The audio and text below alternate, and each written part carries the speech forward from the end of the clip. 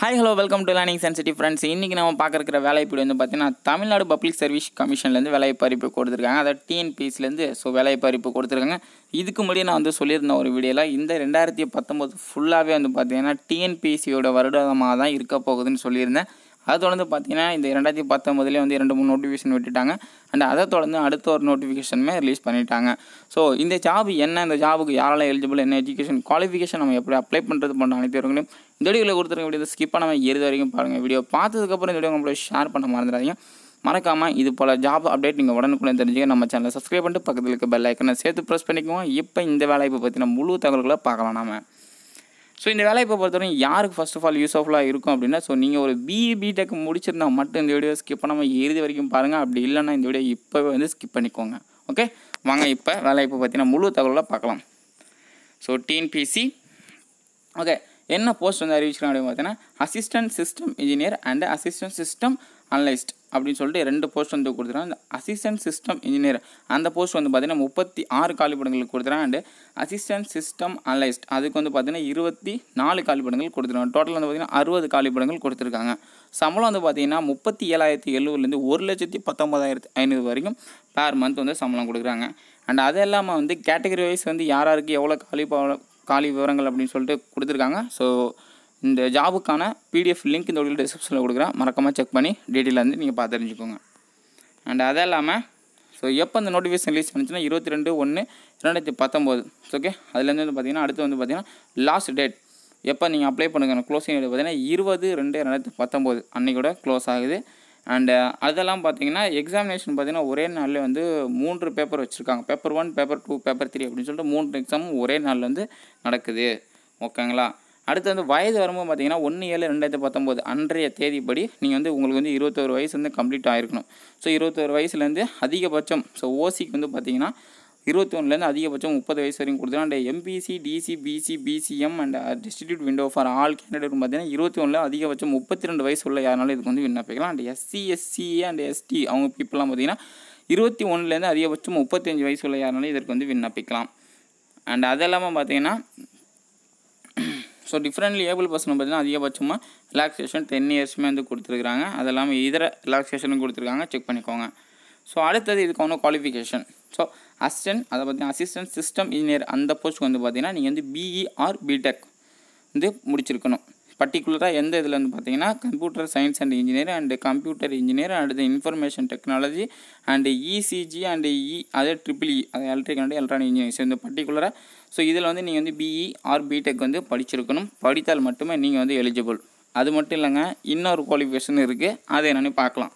So நீங்கள் வந்து பார்த்தீங்கன்னா மஸ்ட் ஹாவ் அதாவது பார்த்தீங்கன்னா எல்லோரும் வந்து பார்த்தீங்கன்னா ஃபஸ்ட் கிளாஸில் வந்து பாஸ் பண்ணியிருக்கணும். சரிங்களா, அதுதான் அதில் வந்து இம்பார்ட்டன்ட். மொத்தம் வந்து 3 குவாலிஃபிகேஷன் கொடுத்துருக்காங்க. ஃபஸ்ட்டு வந்து பிஇ பிடெக் முடிச்சிருக்கணும். அதே இல்லாமல் ரெண்டாவதாக கொடுத்துருக்க குவாலிஃபிகேஷன் பார்த்தீங்கன்னா நீங்கள் வந்து ஃபஸ்ட் கிளாஸ் வந்து பாஸ் பண்ணியிருக்கணும். அதாவது வந்து பார்த்தீங்கன்னா நீங்கள் படித்த 10th ஃபஸ்ட் கிளாஸில் பாஸ் பண்ணியிருக்கணும், 12th பாஸ் பண்ணியிருக்கணும். அப்படி இல்லைன்னா அதுக்கு ஈக்குவலான டிப்ளமா படிச்சிருந்தீங்க அப்படின்னா அதுலேயும் ஃபஸ்ட் கிளாஸில் பாஸ் பண்ணியிருக்கணும். அதுக்கப்புறம் வந்து பார்த்தீங்கன்னா இது வந்து 2வது குவாலிஃபிகேஷன். அண்ட் 3வது குவாலிஃபிகேஷன் அது வந்து பிஇ பிடெக் முடிச்சிருக்கணும், அதோட முடிஞ்சிச்சு. அண்ட் 3வது குவாலிஃபிகேஷன் பார்த்தீங்கன்னா 10th படிச்சிங்களா, ஸோ 10th வந்து பார்த்தீங்கன்னா மேத்தமெட்டிக்ஸ் அண்ட் சயின்ஸ்லேயும் ஃபஸ்ட் கிளாஸ் வந்து பாஸ் பண்ணியிருக்கணும். ஓகேங்களா, அதான் அந்த ஒரு சப்ஜெக்ட் வந்து நீ படிச்சிருக்கணும், மெயின் சப்ஜெக்டாக படிச்சிருக்கணும். ஓகேங்களா, அதில் வந்து அதுலேயும் ஃபஸ்ட் கிளாஸில் பாஸ் பண்ணியிருக்கணும் முக்கியமாக. அடுத்து வந்து பார்த்தீங்கன்னா 12th வந்து பார்த்தீங்கன்னா mathematics and physics and chemistry அது நீங்கள் ஒரு சப்ஜெக்ட் வந்து படிச்சிருக்கணும். அதுலேயும் வந்து பார்த்தீங்கன்னா ஃபஸ்ட் கிளாஸில் பாஸ் பண்ணியிருக்கணும். படித்தால் மட்டுமே இதுக்கு வந்து இந்த போஸ்ட் வந்து நீங்கள் விண்ணப்பிக்கலாம். சரிங்களா, ஸோ எல்லாத்துலேயும் அதாவது வந்து இந்த போஸ்ட்டை பொறுத்த வரைக்கும் யாருக்கு வந்து யூஸ்ஃபுல்லாக இருக்கும் அப்படின்னு பார்த்தீங்கன்னா ஒரு ஹை ஸ்டூடெண்ட் அதாவது வந்து நல்லா படிக்க தெரிஞ்ச கிளாஸ்லேயே ஃபஸ்ட் கிளாஸ் அதாவது வந்து 10th காலேஜ் முடிகிற வரைக்கும் பார்த்தீங்கன்னா ஃபஸ்ட் கிளாஸ்லேயே பாஸ் பண்ணிக்கிட்டு இருக்க ஸ்டூடெண்ட்டுக்கு மட்டும்தான் இந்த ஒரு வேலைவாய்ப்பு பொருந்தும். அதனால் இது ஒரு மிகப்பெரிய வேலைவாய்ப்பு, எல்லாருனாலும் இதுக்கு விண்ணப்பிக்க முடியாது. ஸோ நீங்கள் ஒரு பிஇ பிடெக் ஃபஸ்ட் கிளாஸில் 10th இந்த பிஇ பிடெக் முடிச்சது கொண்டு ஃபஸ்ட் கிளாஸ்லேயே பாஸ் பண்ணது யாராக இருந்தீங்கனாலும் இதுக்கு வந்து விண்ணப்பிக்கலாம். சப்போஸ் உங்கள் ஃப்ரெண்ட்ஸ் யாராவது அந்த மாதிரி இருந்தாங்களோ அவங்களுக்கு தெரியப்படுது, அவங்களுக்கு யூஸ்ஃபுல்லாக இருக்கட்டும். அண்ட் அது இல்லாமல் ஸோ வீடியோ வந்து எல்லாருக்கும் பல பேர் தெரியப்படுத்துங்க நியூஸ் வந்து. ஸோ எனக்கு தெரிஞ்சு எத்தனை பேர் வந்து இந்த ஃபஸ்ட் கிளாஸ்லேயே ட்ராவல் ஆகி பாஸ் பண்ணிட்டு வந்திருக்காங்கன்னு எனக்கு தெரியல. ஸோ யாரெல்லாம் யாராவது அந்த மாதிரி இருந்தீங்கன்னா வீடியோக்கில் கமெண்ட் பண்ணுங்கள், நான் தெரிஞ்சுக்கிறேன் யார் யார் அந்த மாதிரி இருக்கீங்க அப்படின்னு சொல்லிட்டு. ஓகேங்களா, அண்ட் அசிஸ்டன்ட் சிஸ்டம் அனலிஸ்ட் ஓகேங்களா, அதாவது அசிஸ்டன்ட் சிஸ்டம் அனலிஸ்ட் அப்படின்ற அந்த போஸ்ட் வந்து பார்த்திங்கன்னா அதே மாதிரி தான் பிஇ அண்ட் பிடெக் முடிச்சிருக்கணும். அதில் வந்து பார்த்திங்கன்னா கம்ப்யூட்டர் சயின்ஸ், அதை CSE and CE and IT and அடுத்து பார்த்திங்கன்னா இசிஜி அண்டு ட்ரிபிள்இ இதில் வந்து நீ வந்து பிஇ அண்ட் பிடெக் முடிச்சிருக்கணும். இதுலேயும் அதே தான் ஃபஸ்ட் கிளாஸ் மேலே உள்ளது மாதிரியே தான் இதுலேயும் வந்து நீங்கள் எல்லாத்துலேருந்து ஃபஸ்ட் கிளாஸ் பாஸ் பண்ணியிருக்கணும். அப்படி இல்லைனா ஸோ நான் இதெல்லாம் வந்து படிக்கலை அப்படின்னா நீங்கள் வந்து போஸ்ட் கிராஜுவேட் பிஜி வந்து பார்த்திங்கன்னா பர்டிகுலராக எதில் வந்து முடிச்சிருக்கணும், கம்ப்யூட்டர் அப்ளிகேஷன். ஸோ கம்ப்யூட்டர் அப்ளிகேஷனில் எம்சிஏ முடிச்சினாலும் சரி, இல்லை வந்து கம்ப்யூட்டர் சயின்ஸ் அண்ட் இன்ஃபர்மேஷன் டெக்னாலஜியில் நீங்கள் வந்து போஸ்ட் கிராஜுவேட் பிஜி படிச்சிருந்தாலும் இதற்கு வந்து விண்ணப்பிக்கலாம். ஓகே, ஸோ இந்த வேலைவாய்ப்பு பொறுத்த வரைக்கும் இதுக்கும் வந்து ஃபஸ்ட் கிளாஸ்லேயே நீங்கள் வந்து பாஸ் பண்ணியிருக்கணும். 2 போஸ்ட்டுக்கும் எல்லாத்துலையும் நீங்கள் வந்து ஃபஸ்ட் கிளாஸில் பாஸ் பண்ணியிருக்கணும். ஓகேங்களா, ஸோ இதுதான் வந்து இம்பார்ட்டண்டான குவாலிஃபிகேஷன். அண்ட் அதெல்லாம் வந்து பார்த்திங்கன்னா அடுத்து பார்க்கக்கூடியது அப்ளிகேஷன் ஃபீஸ். ஸோ 150 ரூபா. ஸோ ஒன் டைம் 150 ரூபா நீங்கள் பே பண்ணிட்டீங்கன்னா ஸோ ஒரு 5 இயர்ஸ் வந்து உங்களுக்கு வந்து எக்ஸாமினேஷன், அதாவது ரிஜிஸ்ட்ரேஷன் ஃபீஸ் வந்து உங்களுக்கு கிடையாது. அண்ட் அது இல்லாமல் எக்ஸாமினேஷன் ஃபீஸ் பார்த்திங்கன்னா 200 ரூபா வந்து கொடுத்துருக்குறாங்க. ஸோ அது இல்லாமல் இதர விவரங்களும் கொடுத்துருக்காங்க. யாராருக்கெல்லாம் அந்த ஃபீஸ் கிடையாது, எத்தனை வருஷத்துக்கு வந்து ஃபீஸ் கிடையாது அப்படின்னு சொல்லிட்டு இதில் கொடுத்துருக்காங்க. நீங்கள் தேவைப்படுறவங்க செக் பண்ணிக்கோங்க. அண்ட் அதெல்லாமல் இன்னும் பார்க்கணும், டீட்டெயிலாக பார்க்கணும்னு நினச்சிங்கன்னா வீடியோ கீழே பிடிஎஃப் லிங்க் கொடுத்துருக்கேன்.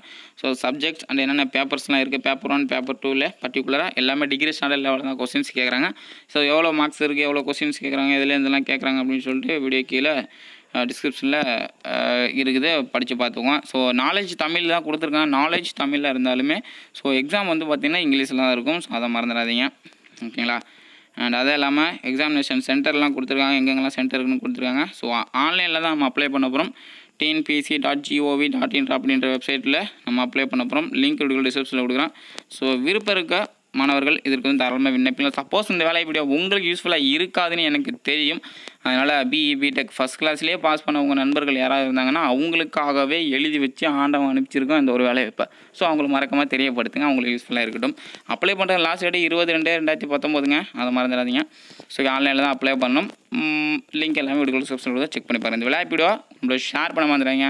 இது போல் எல்லா விதமான ஜாப் அப்டேட் நீங்கள் தொடர்ந்து பார்க்க நம்ம சேனல் வர சப்ஸ்கிரைப் பண்ணி பக்கத்தில் பெல் ஐக்கனை சேர்த்து ப்ரெஸ் பண்ணிக்கோங்க. மீண்டும் இன்னொரு வேலைப்பு பதிவு மூலம் நான் உங்களை சந்திக்கிறேன். அதில் என்னுடைய பெறுகிறேன். பாய்.